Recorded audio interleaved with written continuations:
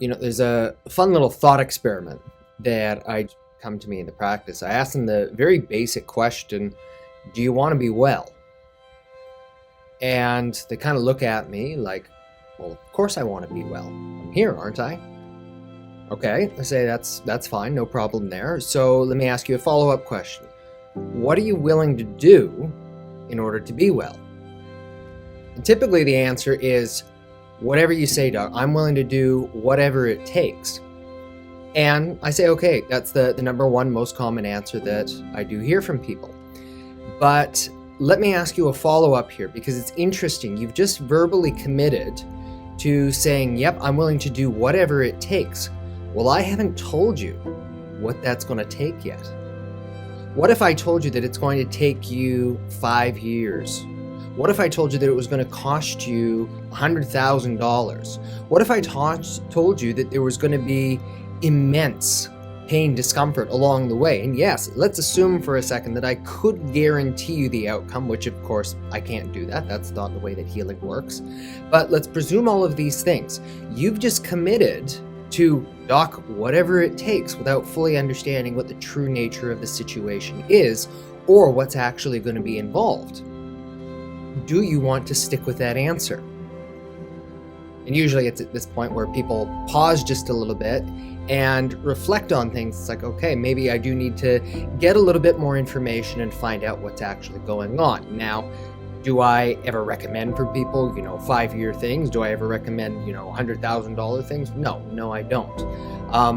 But my point in that little thought experiment is just to get people to think that little bit in terms of the nature of what their condition is. It's easy enough in that moment.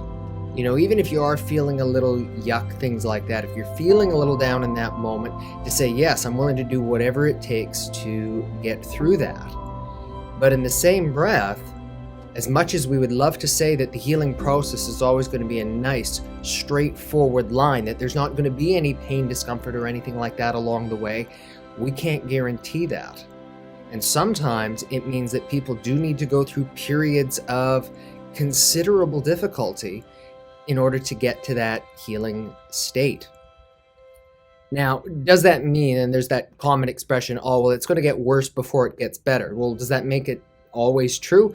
And the answer is absolutely not. Certainly, it's what we always want to see. We want to see it where we do the right kind of care. We give the people what they need. We're able to remove that interference for whatever is disrupting the flow in their life for their ability to be well. And what do we expect to see? What do we want to see every time? Boom, we want to see the lights come back on. We want to see that life come back into them, and we want to see it yesterday. But, and I've talked about this in other times and places, yes, that's going to be true for some people. And it's a process that's called repletement. It's where basically you just turn the power back on. Things are all good. But then for the vast majority of people, they need to go through a period of what's called retracing. And what it simply means is it means that as their body has deteriorated down over a period of time, in order for them to actually heal, they have to go back through that process and undo a good amount of the damage that's been done. And as this happens, we have this interesting phenomenon that seems to occur, and it's that you have the re-emergence of pre-existing injuries. And I'm not just talking about physical injuries. I'm talking about chemical injuries. I'm talking about emotional injuries, traumas, different things like that that people may have experienced over the period of their life. Now, exactly, how and why does this happen? Well, the honest answer is I don't know. I do know that the brain will store memories. But I also know that you have neurocells, connective tissue, throughout the course of your body that is intimately linked with these kinds of cells. It seems to serve like a sort of holographic memory of sorts. Or imagine it that instead of having the data stored on your hard drive, that it's stored more in the cloud. But nevertheless, it still is quite interconnected with the way that your brain is wired. And of course, the way that your brain is wired, your body will be wired the same way. And so for simplicity, what do I say? I say it's as if memory is stored in your body. And there's a principle that we observe in chiropractic. It's not a chiropractic principle at all. It's a principle about natural healing healthcare. In other words, this seems to be the way that the body works. And that principle is that, in brief, the body will always be working to adapt to the stresses, to the circumstances of your environment to the best of its capability. If it is able to address something, okay, it's not an issue. But if it ever encounters an issue that it can't quite address in that moment, then what it seems to do is it seems to take its resources, puts things off to the side, if you would, says, okay, this is in a little bit of the too hard basket at the moment, and we will address that later on. Now, the problem, if we're talking about chronic or long-standing kinds of conditions, is that if you've got enough stuff starting to overflow in the too hard basket, it's inevitably going to spill over. And that's going to start to manifest in all kinds of bizarre ways in terms of body function and neurophysiology. People start to get a sense of anxiety, a sense of depression, dizziness, vertigo, chronic pain, fibromyalgia. These things are all really, really common. But it can also show up in any number of other weird kinds of conditions that, is going to be actually quite dangerous for the long-term survival of the individual. And either you go to the doctor, the specialist, and you are given a formal diagnosis, okay, this is the bad condition that's going on. Or you go to all of these same people and they do all of their tests, but they say, quote, we can't find anything wrong with you. You've had the brain MRI, you've had the body scans, you've had the blood tests, and everybody says that, quote, everything appears to be relatively normal. That's the telltale sign there that what you're dealing with is not necessarily a pathological condition, but you're dealing with a functional condition. Something is affecting the way that life and flow through your body is able to function. Think of it to a certain degree like malware on your computer. You can't see it. It's not like you have a crack in the screen or on the motherboard or anything like that, but it certainly is affecting the way that everything is working. And so what you have to do then is you have to get to the bottom of, okay, what is actually disrupting the function of your body system? And then when you get to the bottom of that, okay, then that actually gives you the ability to heal from all of these different kinds of things. Now, what does that mean in terms of, once you get the ball rolling with these kinds of things? Well, I use the analogy that it can sometimes be like opening Pandora's box. You see, whether it is you are doing a direct mental kind of work, like psychology, different things like that, whether you are doing a chemical detox or changing your diet, or if you are having physical body work. So this can include things like, Blair technique. This can be something like general chiropractic. This can be physiotherapy. This can be yoga. This can be massage. There's no shortage of physical forms of care that can and do affect the body in these same or similar ways. Nobody's got it all figured out, which is why there are so many different forms of this. But my point is that if you open up and if you release whatever it is that is holding your body back from basically maintaining and achieving its optimum function, then what can often happen is all of that stuff, whether it's the old physical injury, whether it's the old chemical stress, or whether it's the old mental and emotional trauma, what it does is it comes up to the surface frequently to the point where it actually is released. Now, what does that mean? It means that a person very often can start to re-experience all of those old symptoms. That can be either the pain of an old physical injury. That can be old chemical stress, feeling very flu-like, very, very sick. But it can also be where you are re-experiencing a mental or emotional trauma. And let's face it, that kind of stuff especially is not pleasant. That's why it was buried in the first place. But, and this is my point, and this is the principle that I need to let you know about. Officially in chiropractic, we say it's principle number 25. It's one of my favorite ones. But it's something like this. It is that the forces of innate intelligence, and that is the healing wisdom within the body that you've been given, that innate intelligence never injures or destroys the structures in which it works. Now, what does that actually mean? It means that the wisdom of your body will not hurt you. It will only ever do something because in that moment, it knows that this is what is necessary for your long-term healing and survival. In other words, best possible function.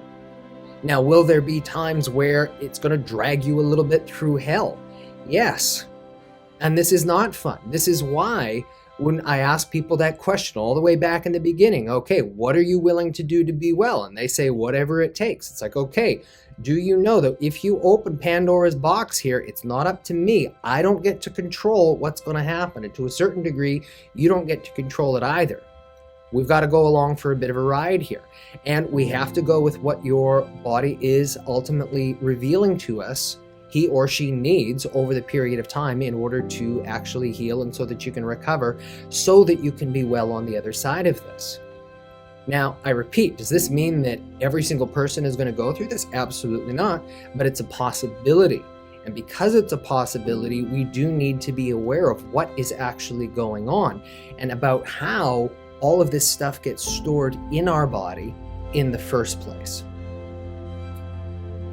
Okay, now it's usually at this point in time that people would say something along the lines of, well, you know, Jeff, what about an autoimmune kind of condition? I mean, isn't that an example where the body is actually attacking and destroying itself? And I would say, yes, I'm not disagreeing with that. And I would say, okay, well, isn't that in violation of the principle that you're describing? And I would say, okay, well, necessarily not. Let's do this kind of as a thought experiment. And most of the people who I see, they've got children.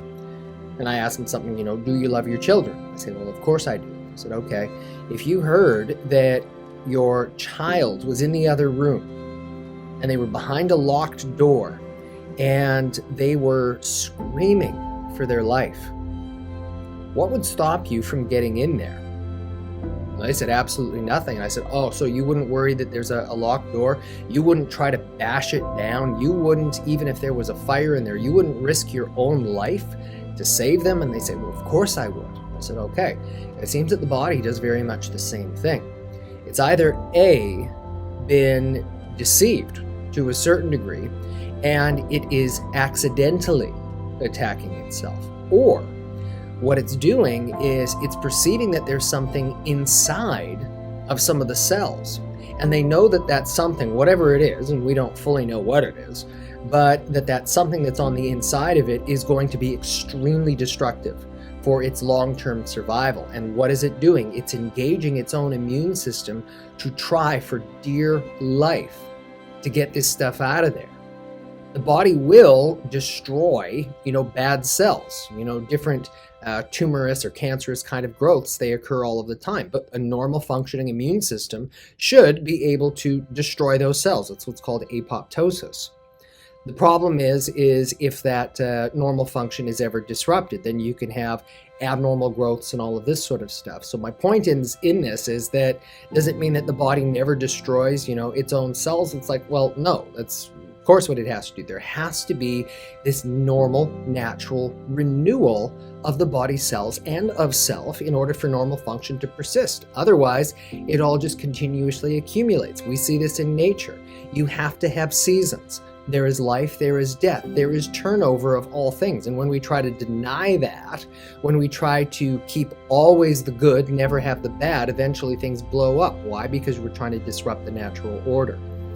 Now, my point as it relates to autoimmunity, at least it seems to be the case, that we're talking about where the body, the innate wisdom of the body, is perceiving something is on the inside and it's trying to get to it because it knows that ultimately that should not be there, and it's trying to overcome that resistance. But the process is, or the problem is, whatever it's trying to get to, it's not quite able to ultimately get it out of there.